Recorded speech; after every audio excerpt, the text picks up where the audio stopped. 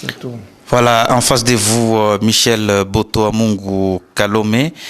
Vous étiez parmi les premiers à alerter quelque chose auprès de la mission diplomatique ici en France. Voilà, où avez-vous puisé d'abord l'information de ce qui s'est passé à l'ambassade?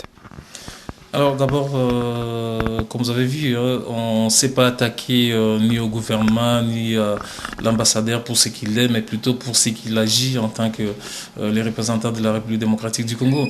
J'ai naturellement procédé par une enquête avec le plus de rigueur possible. J'ai eu énormément d'informations. J'ai essayé de faire les tri entre ce qui relève du travail strict de l'ambassadeur et ce qui relève de sa vie privée. Donc j'ai fait attention de ne pas mélanger les deux. Et j'ai fait une enquête qui n'est pas une critique générale de la politique gouvernementale, mais qui traitait de deux choses. D'abord de l'affaire de la gestion des passeports, mais également de la gestion de l'ambassade, que ce soit la gestion du personnel, mais également de la gestion de l'ambassade en tant que structure diplomatique. Donc, j'ai eu effectivement plusieurs informations. Bon, vous êtes journaliste et vous savez comment ça se passe. Vous êtes dans ces cas fournis en matière d'information à la fois par les gens qui n'apprécient pas le travail de l'ambassadeur, à la fois par des gens qui sont objectifs, mais aussi par des victimes. Alors c'est à vous en tant que journaliste de faire les tris, de ne pas se laisser utiliser ou exploiter par les aigris, mais en faisant bien attention, en ne donnant que l'information sans l'objectif de nuire ou de faire tomber ou de faire chanceler qui que ce soit, mais vraiment de livrer la bonne information, de faire un travail prospectif, un travail d'analyse qui permette à l'opinion, mais également au gouvernant de bien appréhender le problème et d'y apporter éventuellement des réponses adéquates. À l'issue de vos enquêtes, vous avez sommé l'ambassadeur à répondre à un questionnaire. Alors, c'est lui qui dit que je l'ai soumis à répondre à mes questions. Moi, j'avais un certain nombre d'informations. La rigueur journalistique exige assez que quand tu as des informations, que tu puisses les vérifier, que tu puisses donner la parole à la personne qui est mise en cause. Alors, tout naturellement, après avoir procédé à des recoupements, j'ai fait les tris, j'ai laissé tomber des informations qui ne me paraissaient pas utiles ou importantes. Alors, j'avais un certain nombre de questions que je voulais vérifier auprès de l'ambassadeur. Je lui ai simplement donner la parole pour que l'article ne soit pas un article à charge. Je voudrais avoir sa version, je voulais avoir son éclairage de tous les problèmes qui avaient été relevés. Alors, j'ai fait une demande formelle d'interview. On m'a demandé de le faire par écrit. Je l'ai fait par écrit 2-3 fois. Il n'y avait toujours pas de réponse. Et bon, on me répondait avec insolence.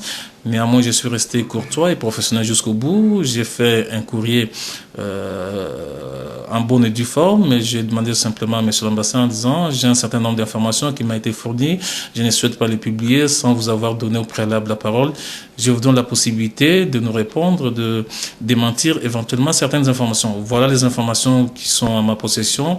Vous pouvez bien sûr y répondre. Voilà, je ne l'ai pas sommé, il était libre de répondre ou pas. J'ai fini mon courrier en disant la publication de mon article n'est pas liée à votre réponse.